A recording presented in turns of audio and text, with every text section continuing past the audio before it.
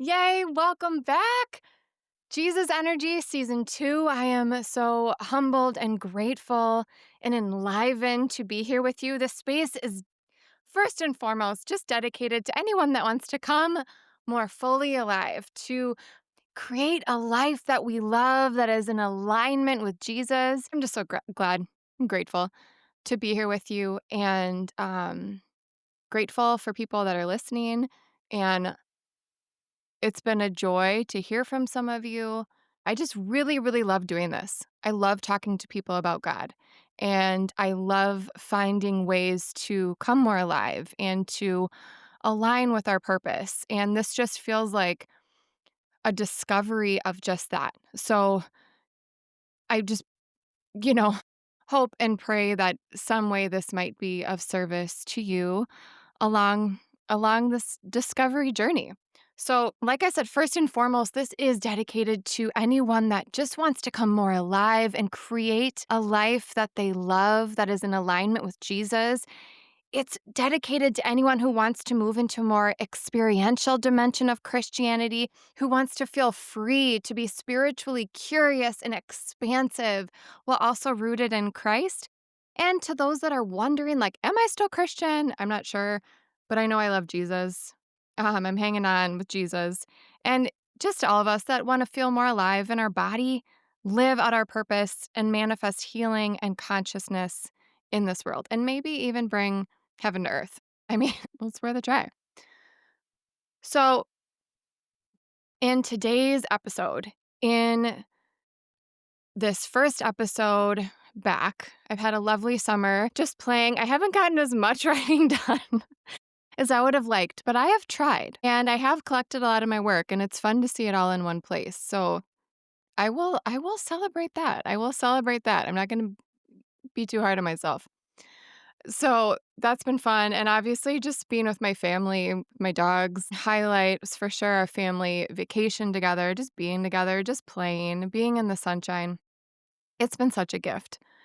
I hope that you have had just a great season as well. And now we're in this kind of season of transition. And so, as I was thinking about transitioning and who I really wanted to meet with and who was really important for me to share with you all is Kim Isaak. Kim is an incredible spiritual director. She completed her master's degree in spiritual formation and leadership in 2012, was granted a certificate of spiritual direction in 2013, and had a 10-year apprenticeship with the founder of Restoration Ministries, which is located in Minnesota, where I live. She was licensed for pastoral ministry. She is just the definition of a compassionate listener. She just so happens to be, she's been my spiritual director the last like 7 years, and has been absolutely pivotal in my relationship with Jesus. And I'll talk more a little bit about that too. She's going to be going on to get her doctorate this fall. And she's also completed an intensive training in something that's called interrelationship focusing, which is a compassionate way to befriend thoughts, feelings, and emotions held in the body in trauma-safe ways. And she teaches this. I moved through her class, and I think I've been with her the last couple years, actually, in practicing this focusing. It's really incredible. And she'll talk about it. This episode is designed around learning more about this that has this fancy label of interrelationship focusing, but as Kim describes, it really can be, and for some is this kind of natural process of simply listening to the body and checking in with our body, pausing and listening. And so this practice feels like getting back to who we know we are and what we are divinely designed to do. That's at least how it's felt to me. And it's been really important for me to bring this forth because it, in my own life, I feel like it's allowed me to have this more like authentic positivity, to move, to process my emotions, process my feelings, give ample space to move through them. So then I just feel just lighter in my body. And as we know, emotions memory can get stored in our body. And I think what I love so much about this is that sometimes I feel like certain spiritual formation practices can feel like we're trying our darndest to compact love on top of us, to kind of maybe even like shove love or compassion or grace on top of our emotions and feelings and how we might be feeling in any given moment. And in this practice and in my studying and learning from Kim, it feels more like a letting go of these emotions, of watching them, of learning to gaze at them through the eyes of love, to just give them space to be what they need to be, to let go of labeling thoughts, emotions, and feelings as good and bad, and to let them become teachers in our lives, or like Eugene Gendlin said, that there is no bad feeling. Every feeling has potential energy for healing. I said that from memory. I really hope I said it right and quoted it right. I'll try to check on that. Oh, but doesn't that just feel freeing? Like, to me, that is the definition of we are loved as we are. And that feels like Jesus. I hope that today feels like Jesus' energy to you, and you remember that Jesus energy moving up and through you. So I want to give just a little note to say that in this episode, we move through a mini session, like a focusing session together, Kim and I, towards the end of this conversation. And my intention in sharing this was I learn better from like experiencing something than I do someone telling me what it is. Like, if you're going to talk to me about the rules of a card game, like, I am off in La La Land. I don't know what you're talking about. But if we just like move through a messy game together and I kind of get it, like, eventually I get it and it's fun and I'm with you and I'm jiving.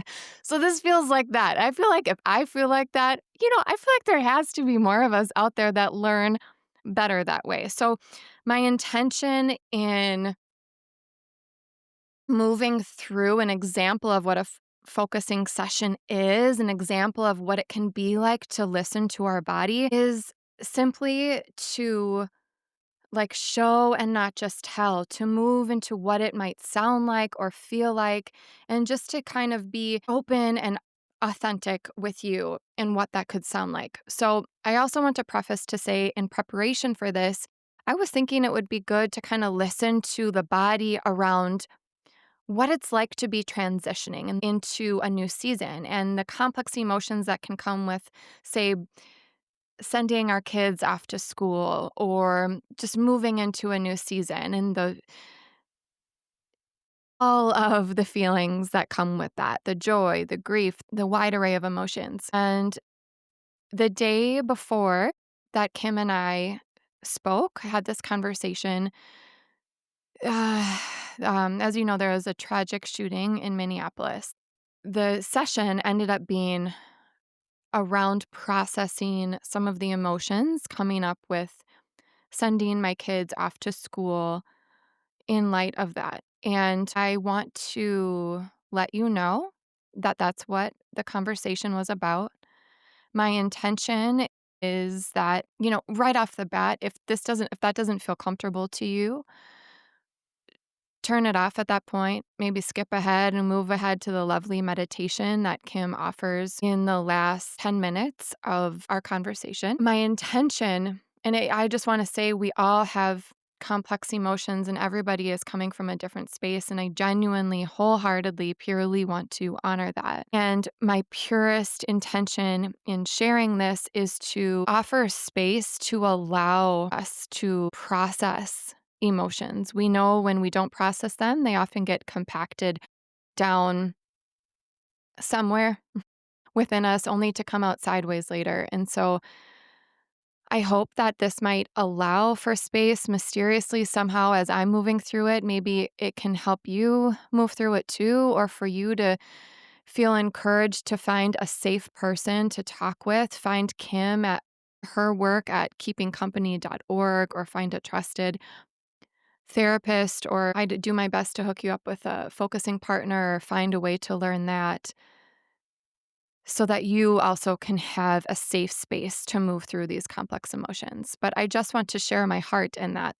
Not that we need permission, of course, to move through complex, intense emotion, but sometimes I hope that somehow my honesty might encourage more honesty, might encourage us to be authentic and let ourselves emote and feel. So, with all that said, I am sending so much love to you. I've been praying, like, do I release this? Do I not? As I was praying, I came across this quote from Richard Rohr from Breathing Underwater that says, "You cannot heal what you do not first acknowledge." And I hope this feels like one big reminder that you are loved just as you are. One more thing, in my yoga class today, our teacher said, tend to our bodies as we would tend to our dearest loved one. Dear friend, may this feel like a gentle tending to your own body and an encouragement to do that more throughout this week. You are loved. You are made in the image of God. And I hope this brings peace to your soul. Yay, we're here with Kim Isaak. Okay, right off the bat, this one feels the most maybe vulnerable. Having you on feels like, well, okay, so Kim has been my spiritual director for, I think it's like 7 years I've known you. And having you on today kind of feels like letting other people in on maybe my best kept secret, or like you're just a special angel in my life, Kim. I met Kim. I might go on and on for minutes just talking about how wonderful you are, and then I want to hear from your voice. But I met Kim at a retreat for our church. I was the children's ministry leader at the time, and I hadn't told many other people that I was also going through like what felt like everything that I knew about my Christianity and relationship with God was falling out from underneath me. And in our very first conversation, I just poured out all of my anger towards God and my questioning and sadness and wondering where Jesus was in the pain of the world. And I'll never forget, you looked at me and told me that you saw Jesus in me. And it was like this turn onto a new path for me that felt just more comforted. So we started there and have had many conversations and prayers since. Kim held me through, sadness, regret over not having a fourth child, and helped me hold gratitude for the babies that I do have, along with my grief, and showed me that I'm the space to hold all of it. She's ushered me into what I feel like is my most true version of myself that continues to unfold. But it's very important for me to take time to acknowledge this, because I know the work of spiritual direction can probably feel slow and drawn out, maybe, or hard to see at sometimes. God can work slowly, but looking back, your presence in my life has just been so powerful. So I just wanted to take a moment to say thank you and acknowledge that part of me doesn't want to share you with other people. I don't know why. It's so weird. I'm like, you're so special. You're just like this angel. And also, I'm like, your voice needs to be heard. You're so amazing. Everybody needs to hear it, and everybody needs to know the work that you do. Here we are. Thanks for letting me go on and on a little bit. Kate, thank you. Just taking in your words and acknowledging the private nature of these spiritual direction conversations that we have. They're sacred and they're not for the whole world to hear, right? They're stories that we hold. Anyway, I've been honored to be with you. I love that. So I would love, Kim, to hear from your voice, just kind of who you are, what you're up to, anything from your mission ministry and life to what you like to do on a random Tuesday? Well, looking at around me here, my dog is probably beside me. So Same. Yeah. Linus, he kind of does life with me in the house. Oh, He was a COVID dog and he's a Velcro dog. I love him. So, mostly at this stage of my life, I am living at a fairly sane pace. I like to live with slow transitions, which is very different than how I lived 25, 30 years ago. Just type A, get her done it, do a lot. I love to walk every day, and I also love to walk without anything in my ears. So I'm not taking in a podcast or new information or listening to music. I really love to hear the sounds of nature around me. And I'm kind of grumpy if I don't get a walk. yeah. So some kind of walk every day. So in terms of vocationally, what I am up to is I mostly listen and pray with people and support them as they listen for the spirit inside themselves, access those streams of living water that were promised. And then I also have another component. I teach people to listen to God, listen to themselves, listen to others. And we'll talk about, I mean, this is probably why we're more here today, a certain kind of teaching to listen with all our senses. And on a Tuesday afternoon, what that's about to look like is being in a cohort and learning. So my Tuesdays are going to be quite a few hours with others who are passionate about some of these things we're talking about here today. Yeah. Does Linus walk with you? He does, Does and he? he's a good little walker. Sweet. Does he bark at other dogs when they come by? It Like my dogs depends. do? Yeah, it depends. He's never alpha, but there's certain breeds that he's a bit afraid of, and then he might bark. Oh, But yeah. he typically actually will like to lie down when dogs pass him and just kind of wait for Oh, them to come sniff him, and sweet. it's so silly. Oh, Yeah, he's I a good love guy. that. So, Kim, as I mentioned, you've were my spiritual director for years, and I'd love to hear from you. Like, how would you describe what spiritual direction is? Many of us are familiar, maybe many of us aren't. But I always think it's still fun to hear. Everyone has a unique description of it. So I love to hear. And how your work in spiritual direction led you to where you are now in your ministry. Yeah. So my simple response to what is spiritual direction, it's a slow and gentle time where two people come together, have a conversation, and we're listening for the presence of God in the other's life. I come with the assumption that God is with us and God is active in both of us. I find in the course of those conversations, we see these glimmers, these glimpses of the Spirit alive and at work in another. So that's kind of my simple answer. I love it. It's a very healing place.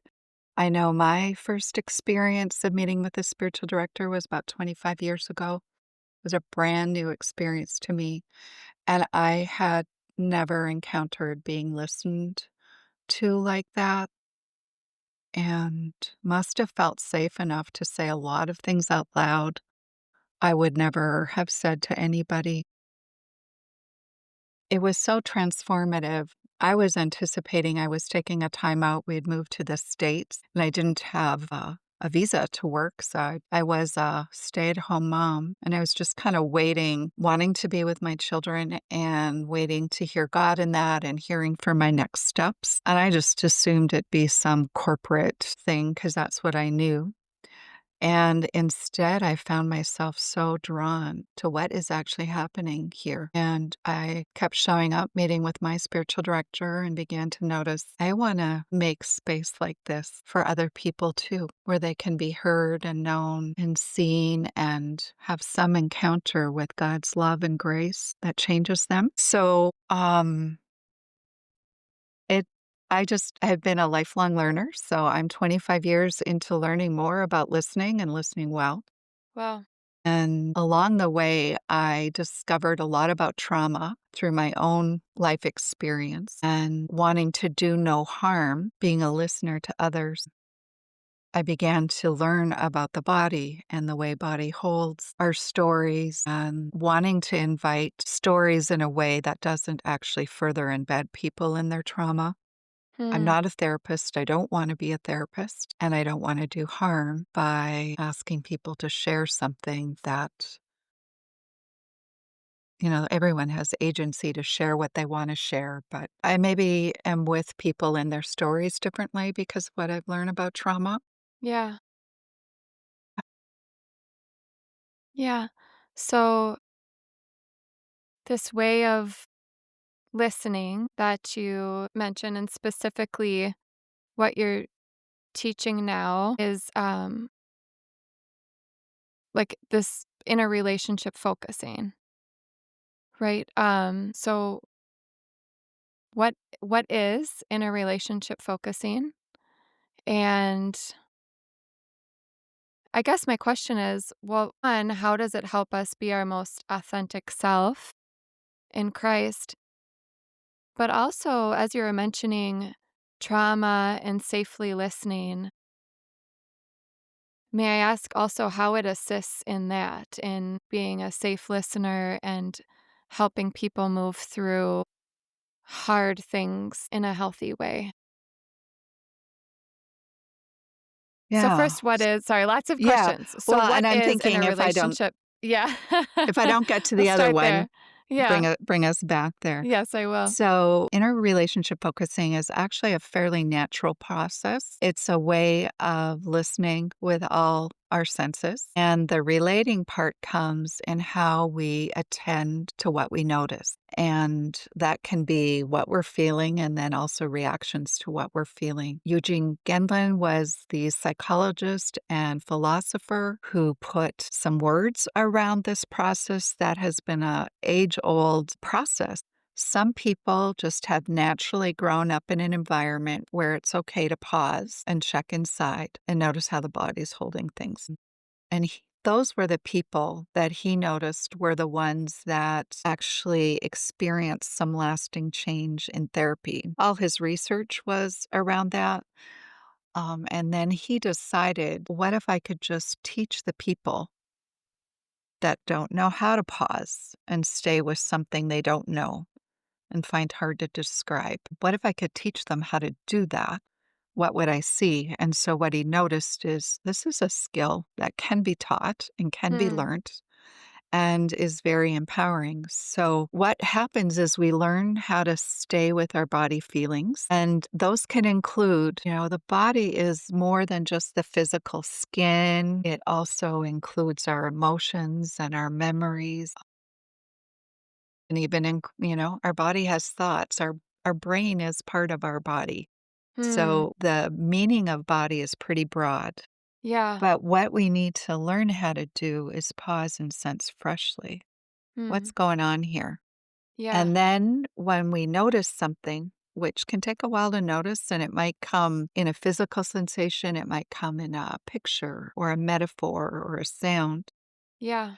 we need to learn to just go slowly and welcome what we notice with compassion Yeah. and empathy Yeah.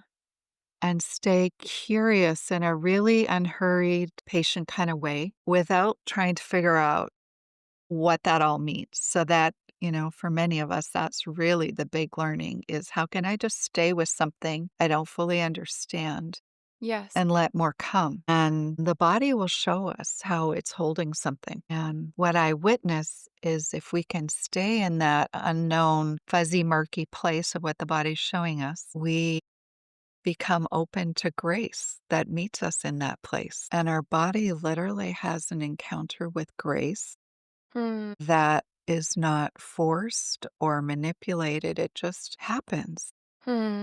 And God is right there in that with us. And all of a sudden, our body will ease, soften, start to feel more trusting. And we reconnect with our larger self that does feel safe and loved and known and accepted. Yeah. But it takes some practice Yes. to learn how to stay in a process. Yes. that can be uncomfortable initially. The other thing, so we talked a bit about trauma and it being very trauma informed. Yeah. The body will shut down when it's too overwhelmed. And so Huh? we don't ever push into unsafe. We honor the body's no, like, no, we're not going to be with this right now. Maybe there's a piercing in the chest, and we might also notice something in us wants to just get out of our seat or fall asleep. Well, that's a clue that maybe this is too overwhelming to Mm. be with something that's piercing us in our chest.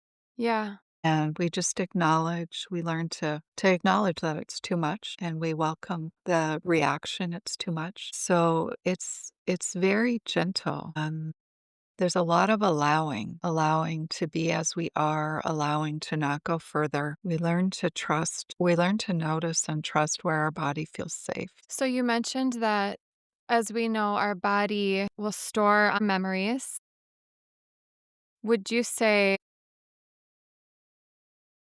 and this is just kind of a clarifying question here, would you say that this practice of listening to our body that is can be called in a relationship focusing can help to when we pause and listen, can it actually prevent things from getting stored in our body and let them like move through us instead of being held and stored? Okay. So I'm assuming what you mean is staying stored might mean staying stuck. Yeah, yeah, Yeah. So this is very much facilitating something that has been stored to loosen and soften yeah. and be met with love and grace. And, so those might be old things that have happened to us, but also newer things that can be hard. If we learn how to just be real about, and it needs to be safe to be real, right? Yeah. There's good reason why we're protecting all over the place. But if there's a safe container, listening for the freshly felt sense can help us process an experience that was really hard and literally move through our body. So it's very Hmm. somatic Yes. and it's directed from the inside of the person.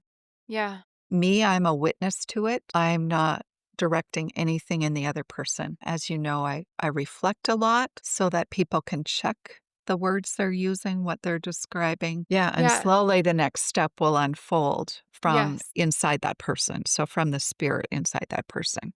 Yes. And so for those that are unfamiliar with in a relationship focusing, I just want to set the stage a little bit more too. So this is something that in your ministry, keeping company, like you teach people how to not only listen to their own body throughout the day, but also listen with one another. And in my experience, as I've taken your class, it's like a prayerful listening as we listen to our bodies.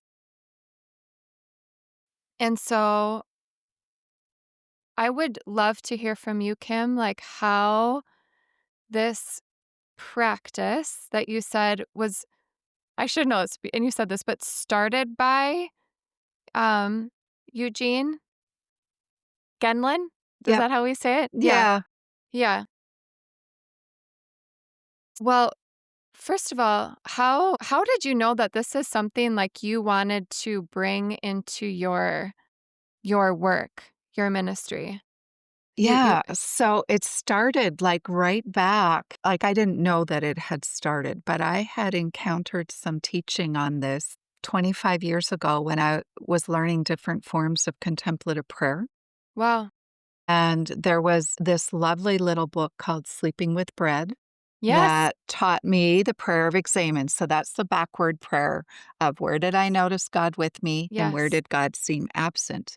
Yes. And it's a lovely way of praying. And it can be very challenging to stay with the experience of God, didn't seem present there. God seemed absent. I didn't feel loved there. So they have in that book a little footnote about focusing prayer.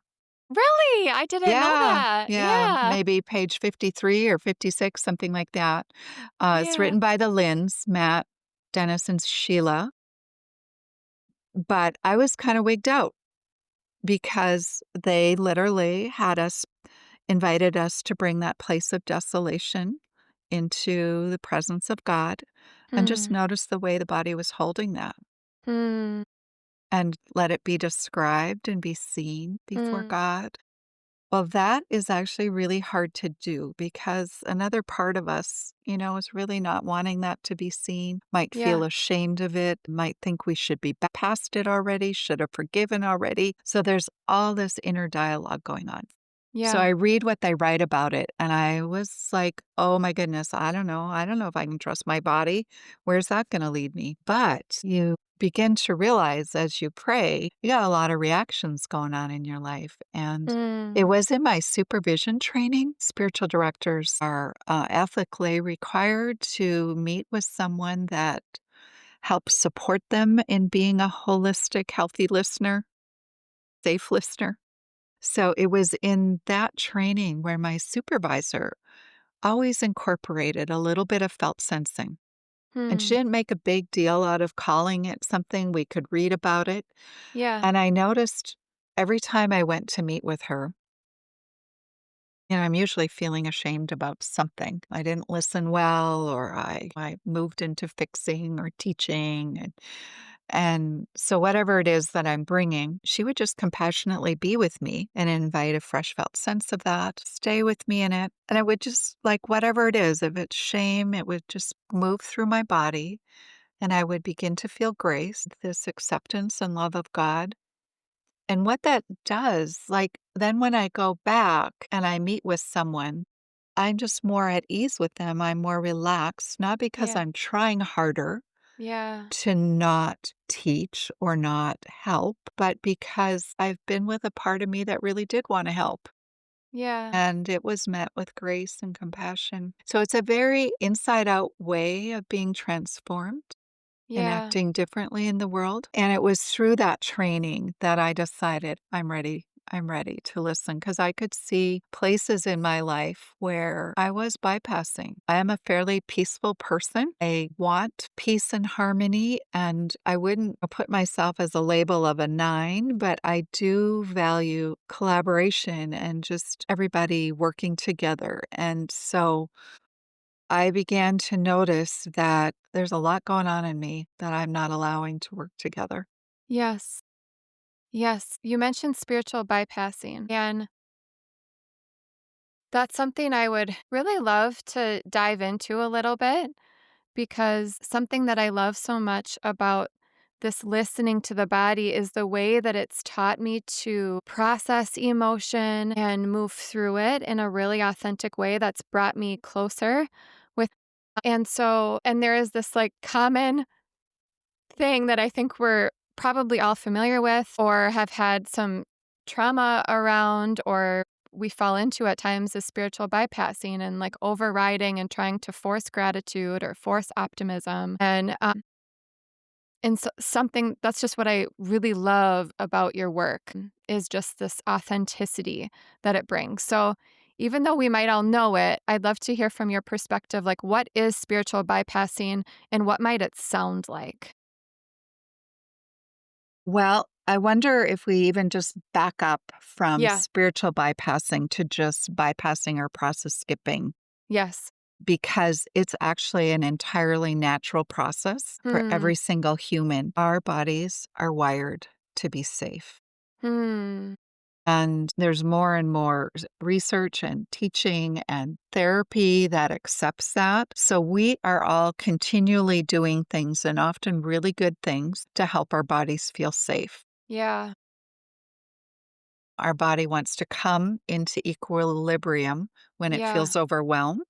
Yeah. And so maybe you've heard of like four kinds of reactionary states like freeze, fawn, Yeah. fight, flight. Yeah. That's often what our body's doing, especially if something has not healed in us. And Wow. so if our nervous system is overwhelmed, we naturally want to bring it back into balance or equilibrium. Yes. Yes. And in real life, that might look like if I were to just give you an example, it might be a reaction to something someone says to us. Yeah. And then we notice, oh, we want to get away from that person. Yeah. And rationally, we know that person has no ill intent towards us, Yeah. but we just have this getaway. We want to flee. So maybe then we go find a private place and to calm ourselves, we eat chocolate or stuff ourselves with some salty chips. I don't know. Maybe we scroll on the news feed or Instagram. Maybe we check and click and buy the next thing that we think will make us look good or feel good. So Yeah. all these behaviors can calm our nervous system, Yeah. but we've not actually acknowledged the event Wow. that brought about the feeling we don't want to feel. Yes. And that's the essence of bypassing is not Yeah. feeling the feeling that's there. So Wow. trying to skip over it, skip over the real experience. And often this isn't on our radar. It's second nature and we're often hardly aware that it's happening. Hmm. It's really so just understanding that has brought so much compassion to me towards Yes. addiction Yeah. and the body's inherent knowing of maybe this substance will make me feel better, not Yes. long term, but in the moment. So, spiritual bypassing is kind of the same kind of thing. So, in that example I just shared, that wanting to flee from another person who Yeah. said something that maybe made us feel something. Yeah. Instead of eating the chocolate, maybe we've trained ourselves, I got to pray for my enemies. And isn't that a great thing? We Yes. want to pray for our enemies. Yeah. So we pray for that person, but we don't actually acknowledge to God or ourselves that something is actually really bothering us Yeah. Yeah. and that something's not quite right and we don't know why. And maybe we've even talked ourselves out of feeling what we're feeling. Yeah. So, in either case, we are actually substituting an activity or substance to not be present with what is real inside ourselves. Wow. It can be really subtle, Yeah. and spiritual bypassing is often rewarded, Mm. reinforced, Yeah. encouraged, Yeah. in a very well meaning way. But if our spiritual practices are not leading to an emotionally healthy spirituality, Yeah. we might begin getting curious. Might I be bypassing Yeah. somewhere? The way you described bypassing actually helps me have more compassion for spiritual bypassing. Like, Yeah. the idea that it's like we're just trying to get in safe space in our body because a part of me almost shames it. Like, we need to be authentic, we need to talk in a raw, real way. But I felt softer toward it as you described that. And just as it can be a natural process for our body. That's really, really powerful. And so you definitely touched on this, but I am curious, like, what is it? How can we move through this bypassing and into this deeper place of acknowledging what's really going on inside of us? Yeah, so And when how does it help us be closer connected to God? Sorry yeah, to interrupt. right, Yeah. great Yeah. questions, and I'm realizing, we're still holding some questions I've not answered as well. Well, one, we need to go slowly because Mm. if we Yeah. approach ourselves with a fix-it mentality, Yeah. we're just gonna be reinforcing another part that wants to fix ourselves, Yeah. and probably most of us as Christians have got a part like that, wanting to do the right thing for the right reasons. Yeah. So, the way I was taught, the way Jean taught, the way my teachers, Ann Weiser Cornell, Barbara McGavin taught, is a real slowing down. Mm. And we learn how to just simply slow ourselves down and take a pause and notice what's happening in our body Yeah. and invite a fresh felt sense. So, what's really interesting about the felt sense is it comes freshly. Yeah, so you've used the phrase fresh felt sense. What is that exactly for those that Right. So a yeah. felt sense is a fuzzy, murky feeling that is a whole body way of describing the way our body's holding something. Okay. It's hard to describe. My teacher, Anne, says it's not the same feeling you've been feeling day after day after day. A felt sense arrives freshly, and it comes when we pause and invite it. Wow. And it might come. So when I say body, it might be physically felt. 'Kay. but it might come as a visual image. Yeah. It might come as metaphor. It might come as a memory. It might come as a gesture.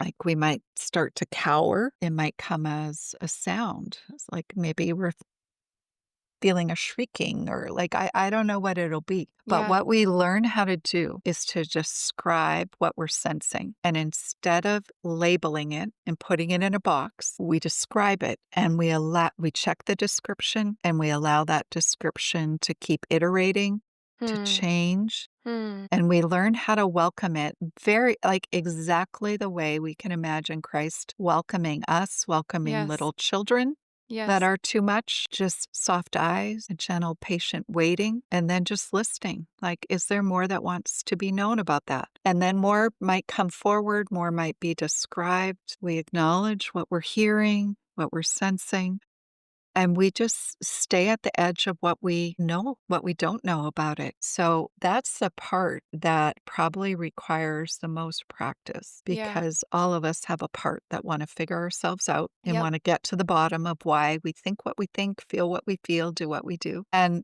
that's not this. We need to stay in that messy place of not knowing Yeah. and keep it company, linger with it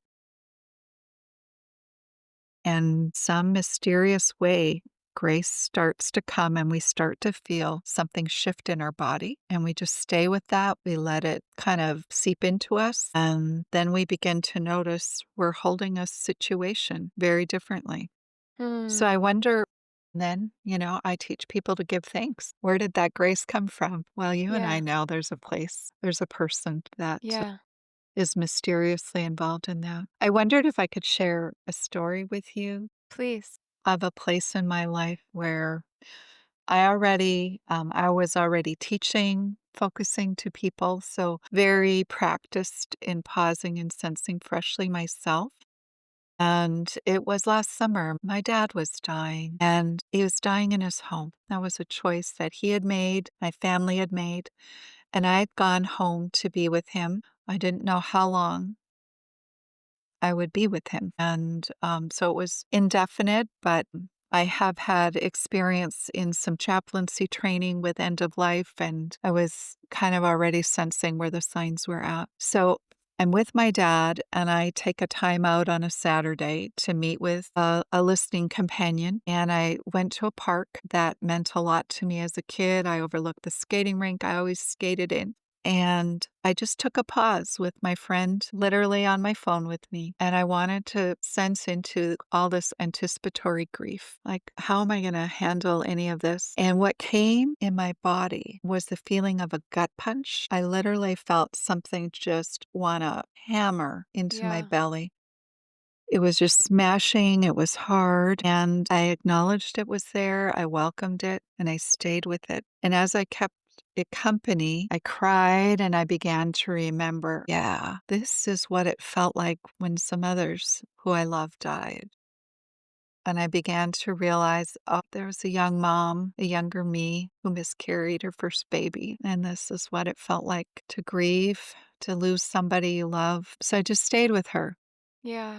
And slowly the punch eased, and I had a sense of readiness that I could go back to my dad's home and be with him and my mom. Wow. And I made a commitment to myself to just check in on that belly area.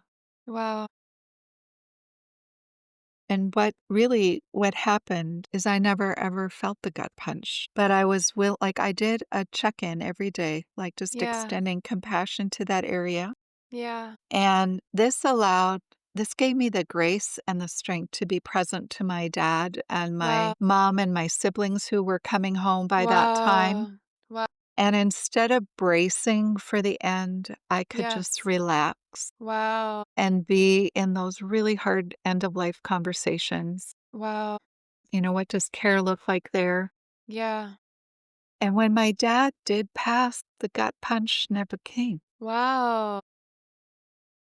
So that's just a really curious thing too, Yeah. right? So what if I had just the Wow, entire time Kim. braced Yeah. myself for the gut Yeah. punch? And Right. you know how we close Yep. ourselves and we get Yep. defensive and Yep. I was Wow. able to be open. We were able to be with my dad right to the Wow. end. Wow. We were able to bless him and bless his Wow. leave taking Wow. to go be with Jesus. Wow. Yeah, it was a very, very precious time. And having this practice in place, having a listening Yes. companion, Yeah. it's really hard to do this by Yeah. ourselves. Hmm. Why is that? Our body gets overwhelmed with feelings. Wow. Yeah. Something That's in so us true. gets overwhelmed and is like, this is way too hard to be with this. You can't Yeah. be with this. And even Yeah. though in our head we know Christ is right here with us, God's Yeah. love is right here with us, something in us is too overwhelmed to stay. Hmm. So, So what does the companion, how does that change it? well, there must be something about witnessing. I had already suspected that as a spiritual director, Yes. but the companion lends us their presence, Yeah. their compassion. A companion over time will learn how to stay in their body and not fix or help. But they do offer themselves as a mirror. So if someone who's freshly felt sensing wants reflection, a companion can reflect back to the person felt sensing. Those kind of reflections actually help us check. Is that really what's going on? Is it really a gut punch? Yeah. And I can't remember the details now, but likely my companion reflected it back to me, Yeah. and there may have been more descriptors with it, but gut punch was the strongest one that stayed with me. So they stay with us in that messy middle place where we don't know what's going on, why it feels this way, or how it's going to resolve. The companion really lends us another sense of their presence. Yeah.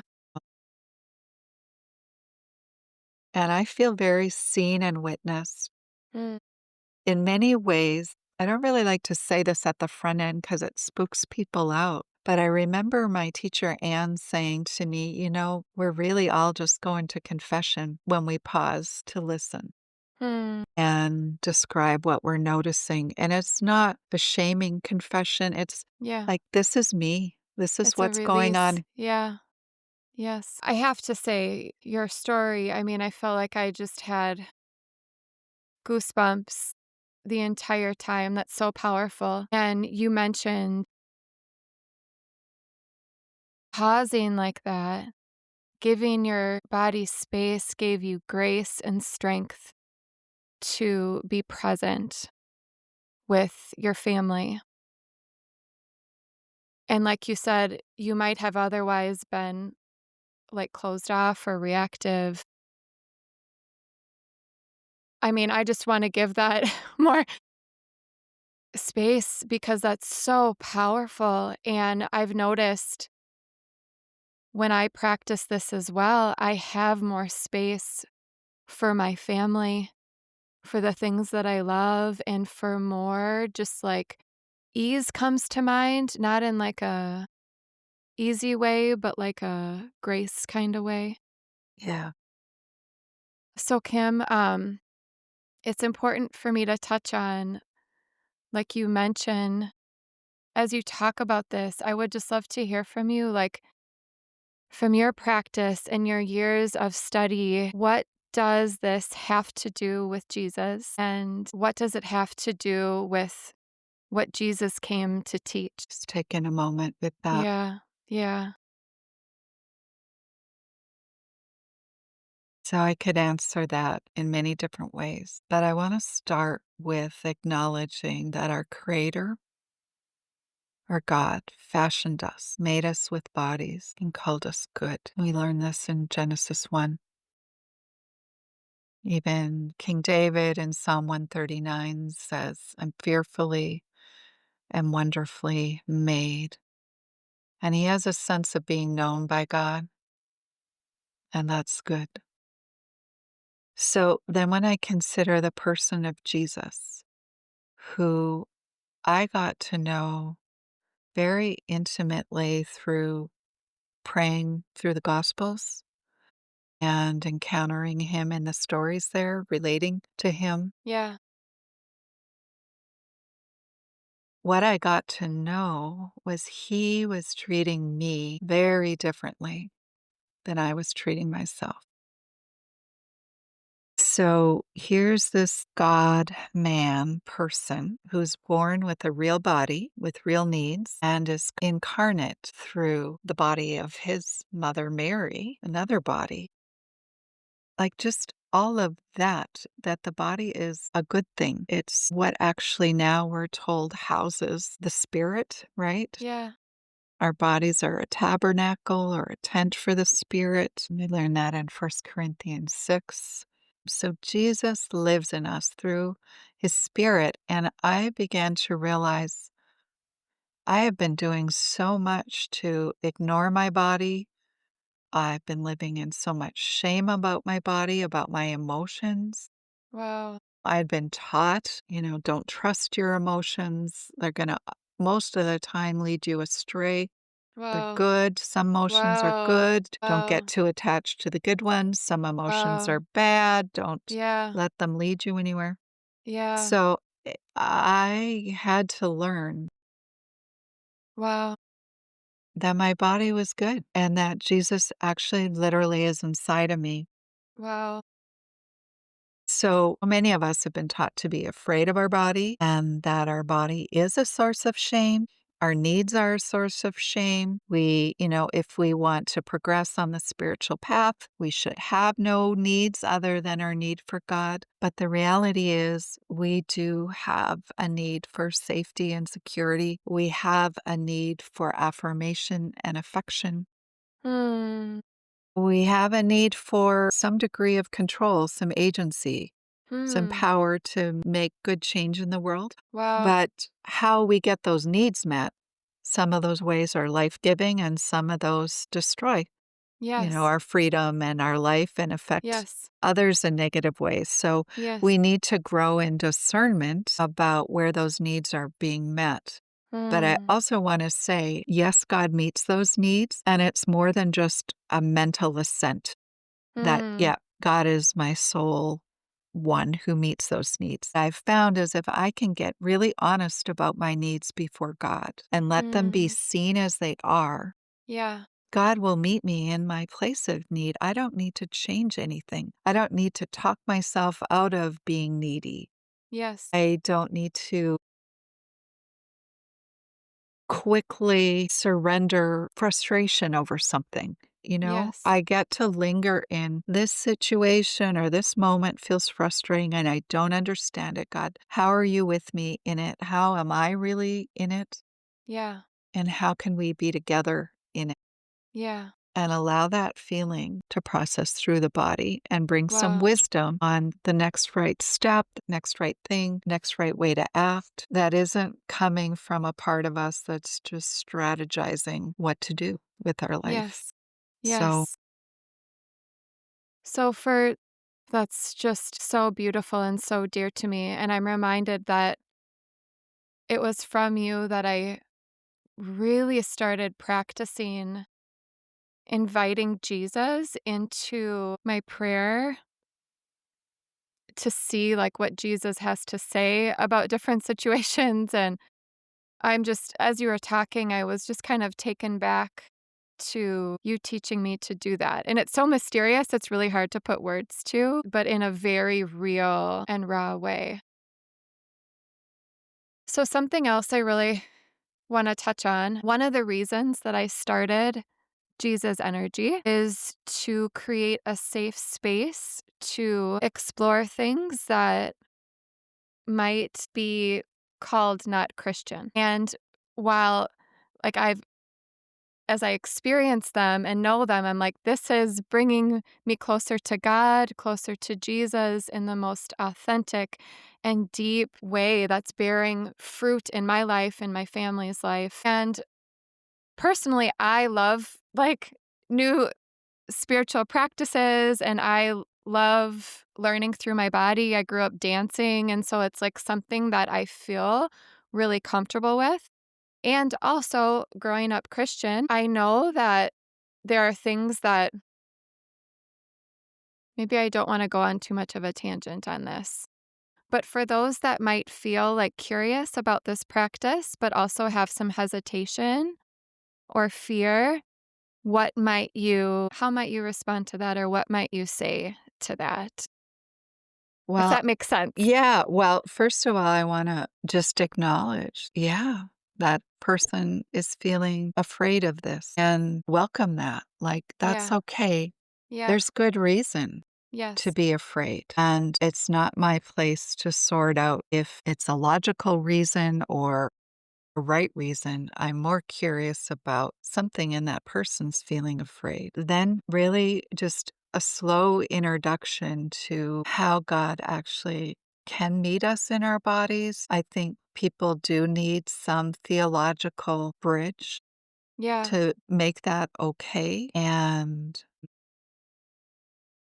there's not a lot of there's more and more books available now. I really do recommend that Sleeping with Bread book as a gentle introduction.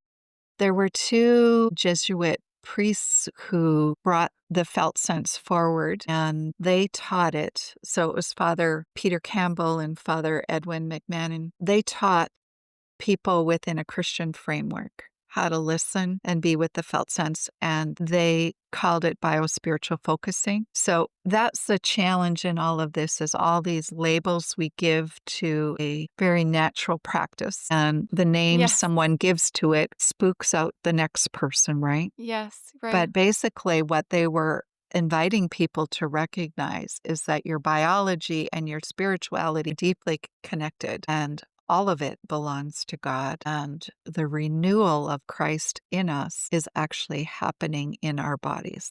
So Hmm. they have a number of books. Both are since deceased. They have been my mentors through their books. I've never met them in person, but they have books like Rediscovering the Lost Body Connection in Wow. Christian Spirituality. I Cool. went through that book with a group during the pandemic, and Cool. it's just a really we just slowly went through it. That might Yeah. be a book to read. They have other books like Biospiritual Focusing. I think what I'm noticing is something needs to be written for the evangelical context. My coursework, I also have a colleague, Paula Gamble, who teaches Doorways to the Soul. She's done a lot of writing as well, just a little bit that's been published. Maybe somebody would like to take my course where I slowly share the theological underpinnings for this Yes. with the Yes. I highly practice. recommend it. Yeah. Yeah. So all I can say is if somebody is at all curious about why they're doing the things they don't want to do or why they're not doing the things they want to do, Hmm. they might begin to wonder if their body actually might Wow. be a vehicle to begin to discover what's going on and Wow. get to know oneself a little Yeah. bit better. Wow. That's really powerful. Thank you, Kim. Well, I want to be respectful of your time. I would love to end with I learn a lot by seeing things being done and experiencing it and hearing other people move through things firsthand. If we can, I would love to move through just a brief kind of what a focusing session might feel Yeah. like, to Yeah. share that, and then end with rapid fire questions to close us out. So, just like briefly, what might a focusing session sound like? Or like how would you describe what that even is? Yeah. So it can happen in a more formal setting and it also can happen a little more informally. So, regardless, there's some intentionality to be aware of the body and take a pause to sense freshly. It can be very helpful to have an issue in mind when you're wanting to do that. So to just sense into how's your body holding all that. So I wonder Yeah. if you wanna even practice that here a little bit, Yes. Kate? Yes, Okay. I would love to. So maybe something, not your biggest something, is going on in your life today. Yeah. It is a big something, but not do you want me to say it out loud? Are you comfortable sharing? I am. Okay. Yes. Yeah. I anticipated in preparation for this time together I was anticipating doing this mini session with the idea in mind of transitioning into the school year, and I have 3 kids and kind of the mixed emotions that can come with that. And just yesterday, as you know, there was a school shooting just miles from our home. Just any moment of pause brings that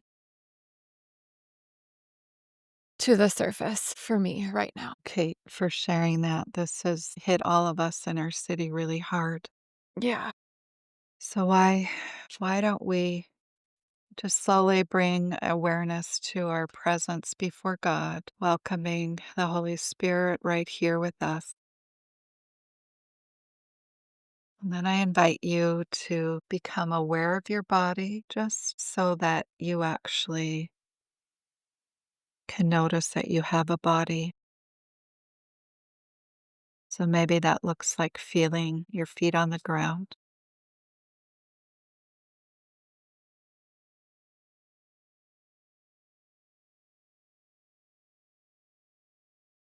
Something else that can be helpful, yeah, I'm hearing you breathing. So maybe just following a few cycles of your breathing. That's the Ruah breathing in and through you, allowing that to be just as it wants to be.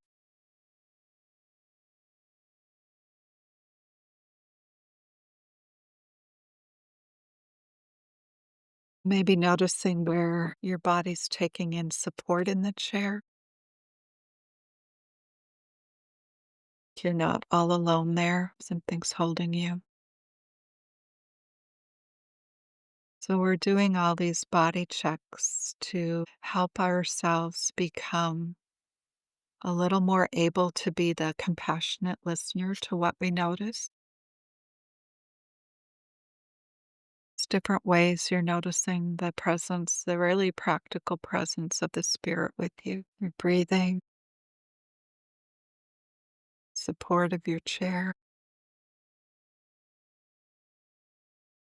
I often invite people to just check inside their body. And this is often where we hold our emotions, not always, but often. So just like you're doing a little scan in your throat area, noticing if there's anything there, into your chest and heart space, stomach.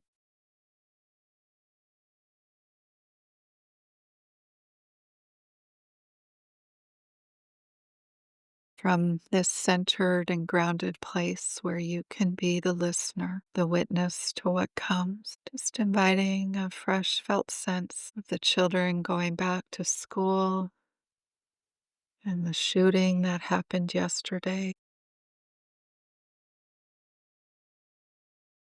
In your body to let you know how it's holding all that. Yeah, go ahead. Felt sense can be murky at first, and you might see if you can describe what you're noticing.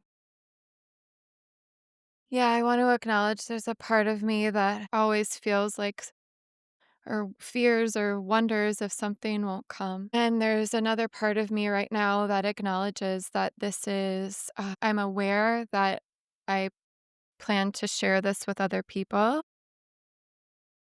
that it's not just between us.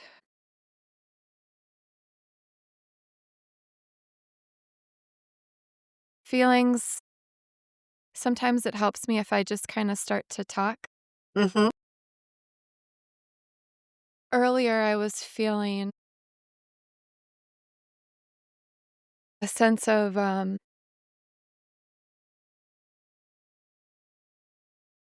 like going underwater, not being able to breathe. Like I start to, as I say it, it comes rather intensely actually. And my mind takes me to this morning after I dropped my boys off. I sat in the parking lot and cried, was scared. and thinking about other families. So, like, I'm kind of just taken to that.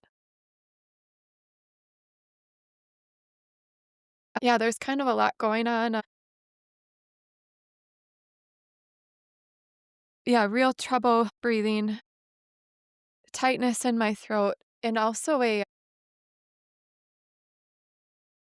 something that's caught me off guard that I wasn't sensing earlier, but started to come as you were guiding me through checking my body was like shakiness and almost like numb coldness in my legs, in my knees, down to my feet and my toes. And it feels unexpected. And I didn't see that coming. And so just kind of speaking that out loud. Yeah. Can I reflect some of that back to you? Yeah. Yeah. So you're aware that something in you is feeling fear and something in you is concerned about all this going public, being shared with others. And you're noticing that you're physically struggling, having trouble breathing. There's a shaky quality there, feeling numb and coldness in your legs going down to your feet. Seeing if it's okay to acknowledge all that's there. Gathering your resources, maybe saying to yourself, I am the space where all of this can be.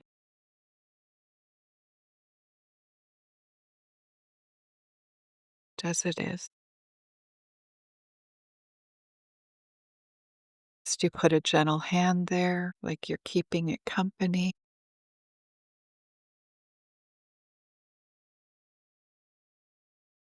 sensing how it would like you to be with it. Yeah. The front of my shins, like, I'm noticing there's a part of me that wants to say this sounds stupid and not say it. But like the front of my legs that were feeling numb and cold, like my shins, my knees, like they're really wanting my attention. I'm being reminded of, like I'm wanting to make sense of it, but I also want to speak out loud. I'm being reminded of like symbolism I know of the body and that this can be connected with how I move forward, how we move forward.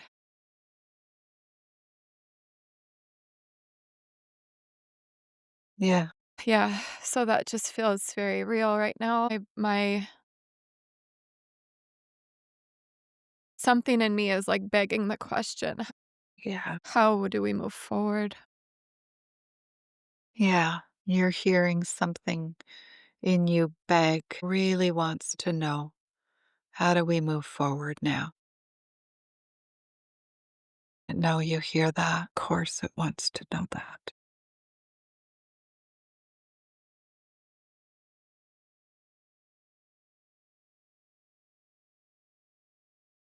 Feels right. Maybe sensing what it's wanting for you from knowing how to move forward.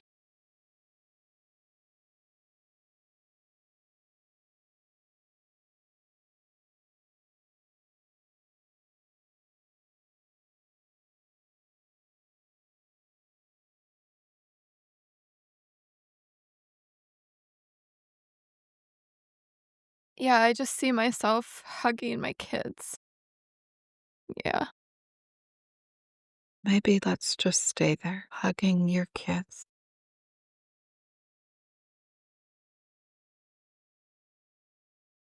That's what's wanted for your Yeah. kids to be close Yeah. and held by you. Be letting this know that it can be this way as long as it needs to.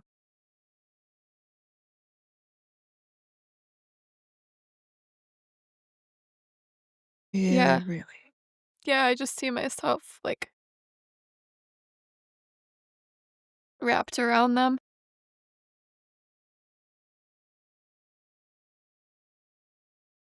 The shape that I see myself in is I just was reading through my journal yesterday and it caught my attention, so I'm gonna speak it out loud. It was this picture that I drew of what an angel looked like to me, and it had this, like, very similar outline, and it's just wanting my attention, this outline of this angel. Yeah. Uh, yeah, and yeah. A guilt is arising, though, as I say that. Yeah. Yeah, showing you that picture you drew yesterday, that outline of that angel, and something else comes and starts to feel guilty. Yeah. Maybe something's guilting it. That's here too. Like a guilt for, holding my kids when others can't kinda thing. And a guilt. Yeah, maybe just letting it know you hear that. Like Yeah. you get to hold your kids and somebody else doesn't get to hold their child.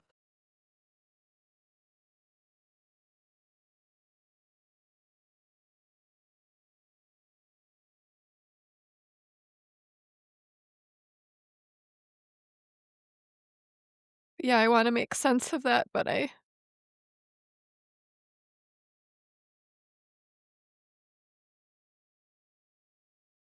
Wanting to hold your children close and a guilt that you get to and somebody else doesn't. See if you can hold them both with compassion.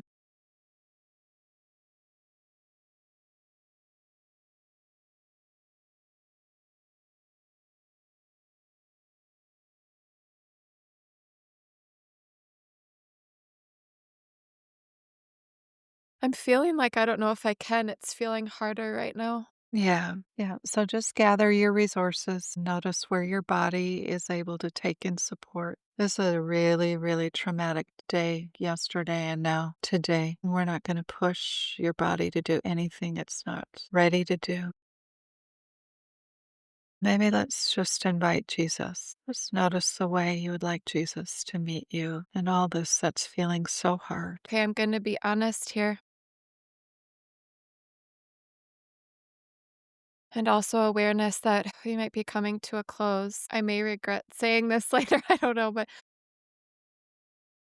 I felt Jesus immediately, like, come into this position with me where we kinda something that I like to do is imagine being hands like, holding hands with Jesus sitting across from one another,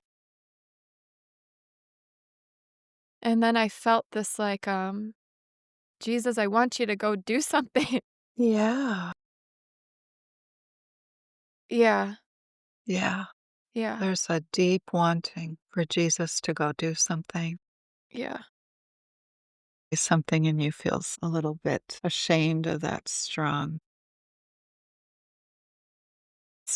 wanting. Maybe we just hold that as a prayer for a deep longing for the kingdom of God, for Christ to come, a difference, to do something about all this violence. Whatever that wanting is in you, Yeah. be silently offered or audibly.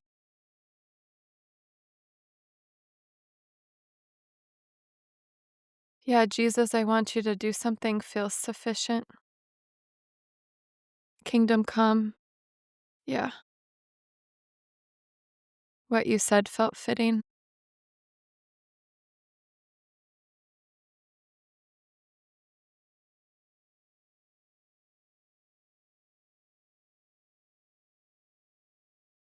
As you feel ready, just enjoy your breathing there, really letting that resource you, strengthen you.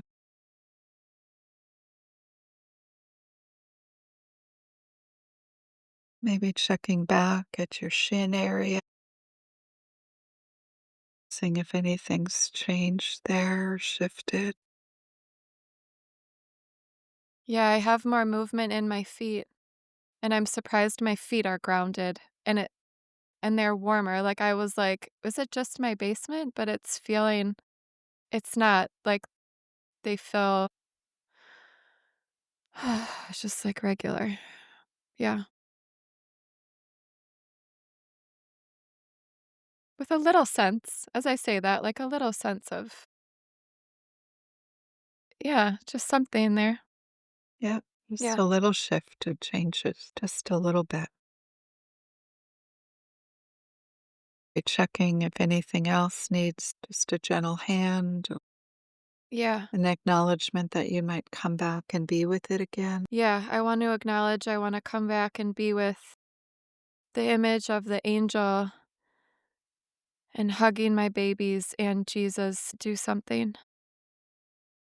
Yeah.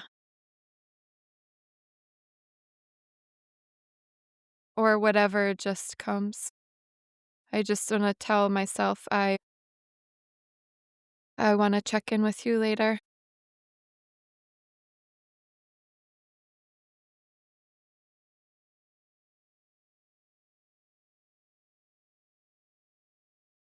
Be then just inwardly as you're ready. See the spirit in you, however that feels natural, nothing forced. Again, that doesn't need to be said out loud.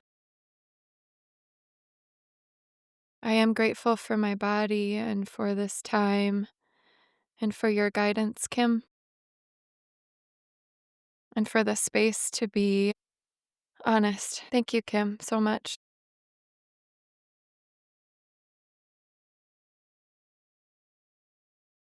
Yeah, a privilege to be together. Yeah, I hope it, my intention is that this space just feels like a prayer. Um, yeah, I'm at a loss for words, but just feels like a heartfelt prayer. I maybe should have saved that for last. Let's just acknowledge that this has been a very tender moment for both of us. Yeah, Wherever you want to take this and share this is fine. I wonder, if your listeners have just heard this, you're still transitioning back from a really deep and grievous place inside of you. I wonder yeah, if I might offer just a little meditation for your yes, listeners thank to you. find a safe place inside. Yeah, And it's nothing that you have to facilitate. So maybe that that sounds will, lovely. Thank you. okay. Okay. So, what would it be like for us to notice a safe place with Jesus and how that feels in our body? So, why don't we begin by just acknowledging that we are in the presence of a loving God who's with us always, who's promised to never leave us, is to guide us, to be springs of living water inside of us. Hmm. So, God, as we bring awareness to our bodies here now, I'm going to just say before you, I'm here with you, Jesus, you and me. Just like I guided Kate, just bring a gentle awareness to your body, maybe feeling your feet on the ground,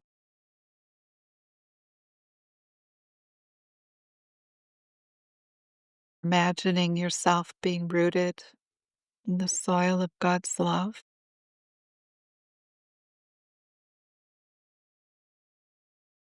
You might want to notice your own breathing. Spirit of God breathing in and through the tent of your body.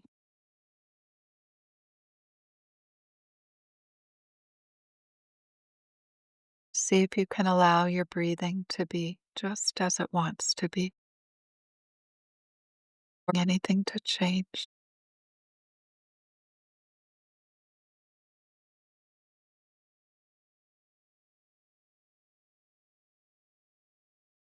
So we're grounding in our body, centering in our body in this way so that we can be and stay the compassionate listener to what comes. I simply invite you to invite a fresh felt sense of what a safe place with Jesus could be like for you, by way of a physical sensation, Be seeing a picture unfolding before your eyes, seeing else might be hearing something, maybe a babbling brook. It's going to be unique to you. Someone else might be smelling something. A field of grass or flowers, a meadow, whatever it is for you, allow that fresh felt sense to your awareness now.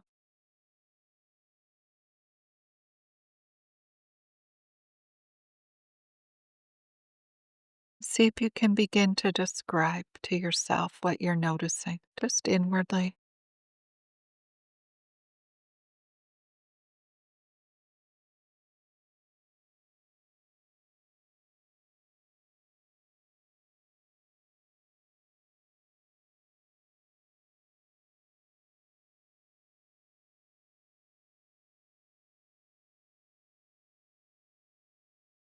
And check that description inside. Maybe saying it back to yourself. Maybe you want to write it down, draw it.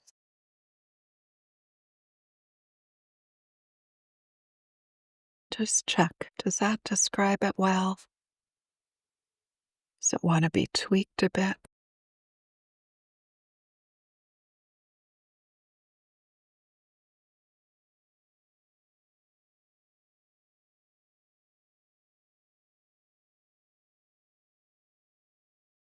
See if you can welcome what you're sensing with compassion and a gentle curiosity. Some people even like to say hello. It's what a safe place feels like. See if you can just linger with it. Have to know everything about it. Just be with it.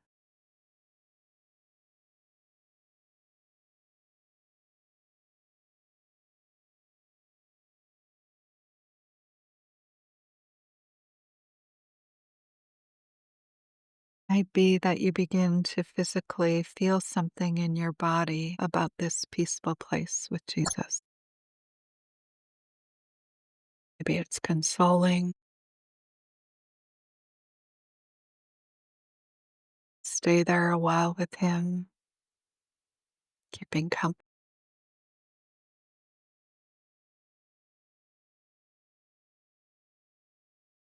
Savor what came.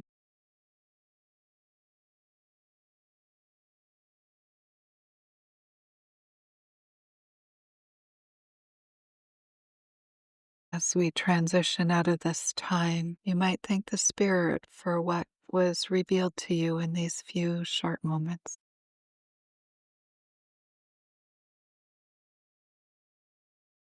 You want to thank Jesus for the way He came to you.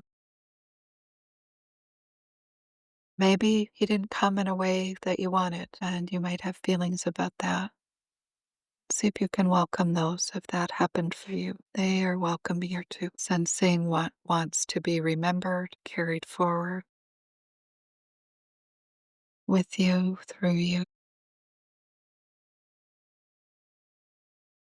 Slowly open your eyes. Thank you, Kim. Okay. That was so beautiful. I really appreciate that. Thank you.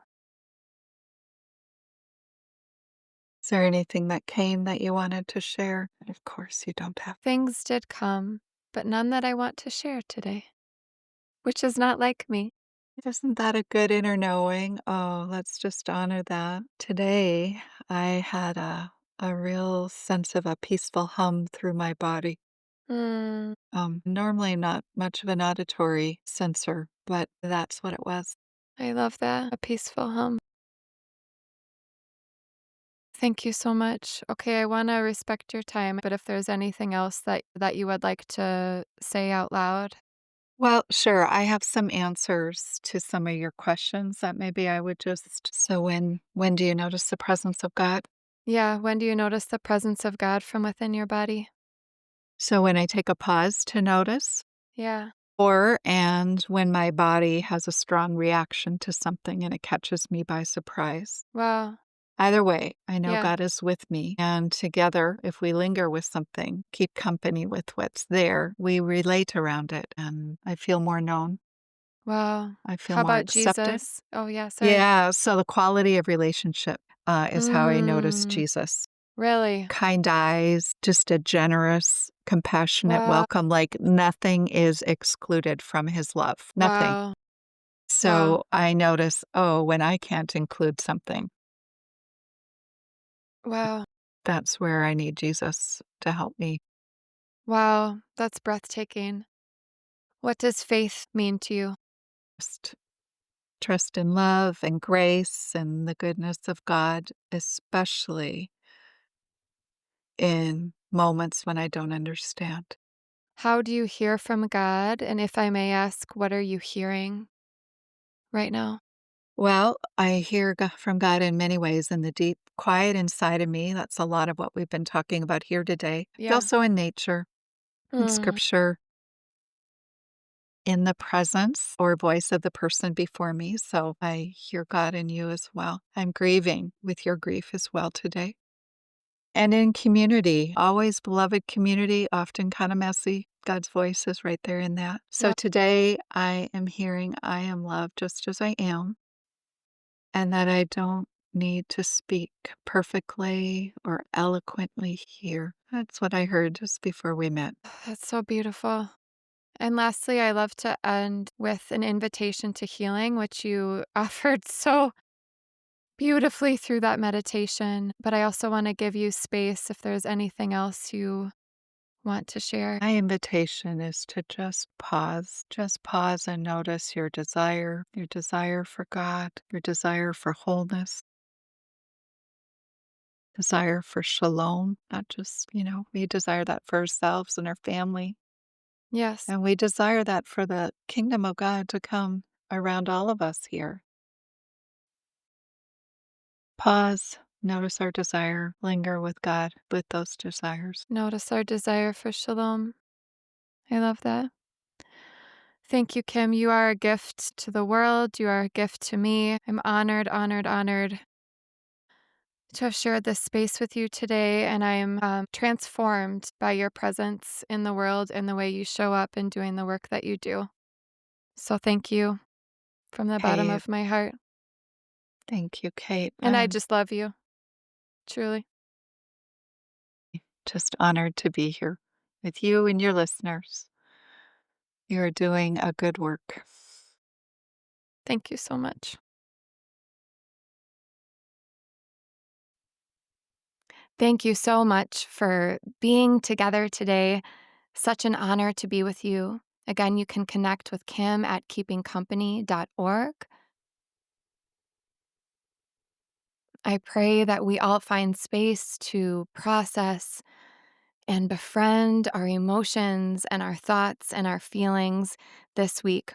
I recently had a friend ask, like, how do you know what you're feeling? How do you know what your emotions are or where they're showing up in your body? And I think that's what I love so much about this practice is that we just try.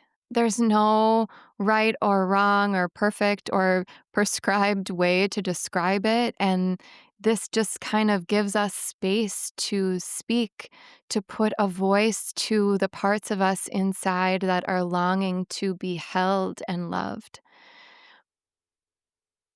And I know Kim wanted to also mention, there are so many complex parts of us. And if today a safe space we couldn't find a safe space with Jesus, that's just simply something that we notice and observe as well, and we also bring into a compassionate seeing.